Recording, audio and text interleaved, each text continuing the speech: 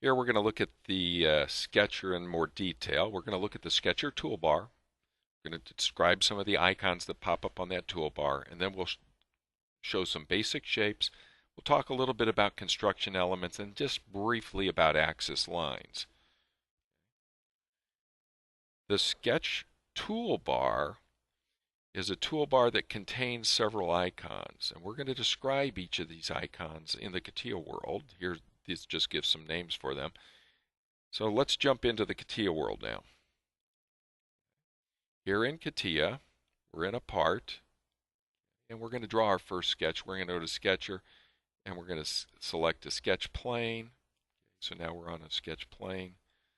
Zoom in a little bit here. We can see our major and minor grid lines.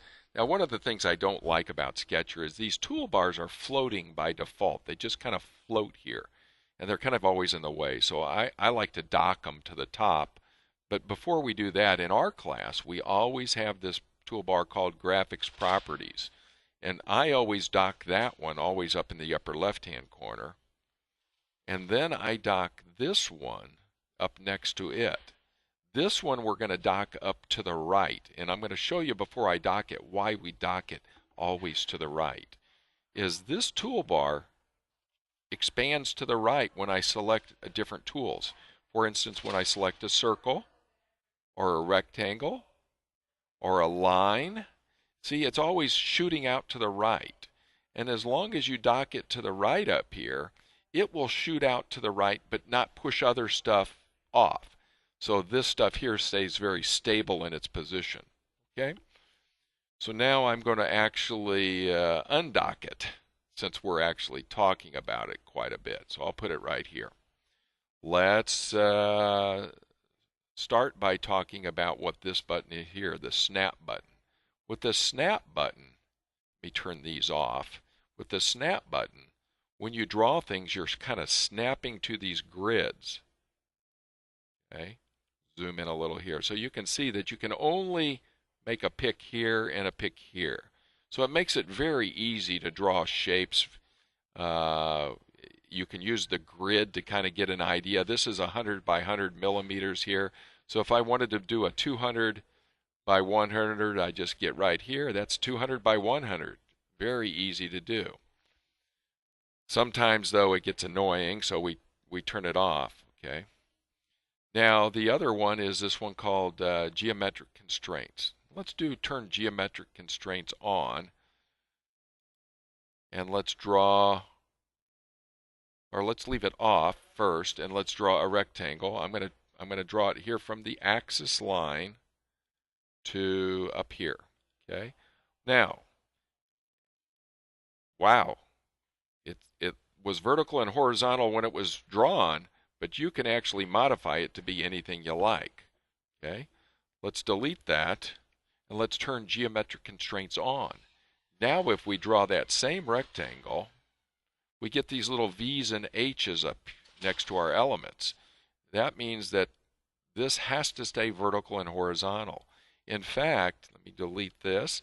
If we were to draw it from the axis system like before, picking up that little blue faint line across there, you'll notice that this line is not only has to stay horizontal, but it's locked there to the axis. It can't move. Okay. So it picked up what we call geometric constraints. Now, what are geometric constraints? Well, we learn a lot of those later, but let's draw another rectangle here, and let's make it come down. And see that little blue line there that it's picking up? It's picking up a geometric constraint of coincidence. So now, if I make this line go down, it's tied to this one over here. Okay? We can do that with geometry over here. Oh, look at there. I'm picking up a geometric constraint of tangency. So it means that circle is always going to be tangent to that line. Okay. So that's what we get by turning on geometric constraints. Now, what do we get when we turn on the dimensional constraints icon? Let's leave it off first, and I'm going to create a corner right here. So I'm going to select the corner icon and put a corner, oops, try that again. Select the corner icon and put a corner in right here. And it put a corner in there. But watch what happens when I put dimensional constraints on and I do the same corner over here. Well, now I get a dimension in there, created automatically. Of course, I can change it, but it's kind of nice if they're created for you automatically. Now, what would happen if I created this rectangle with dimensional constraints on? Well, let's give it a shot. Let's delete that. Let's create another rectangle. Dimensional constraints are on. Nothing was created. What about lines? Well, lines didn't get a dimensional constraint. Some things get them and some things don't. You'll just have to play and learn as you go. However, there is an icon here called automatic dimensional constraints. And when we turn that one on and we draw a rectangle, oh, we have some very nice dimensional constraints that are added. Now, let's delete that and let's use our profiler tool. We're going to learn more about this profiler in another video, but let's create a really cool profile here. Maybe here, maybe up to here and across. Now, wow, the profiler didn't get any of the dimensional constraints. What if I use the profiler to create a basic rectangle like I did before?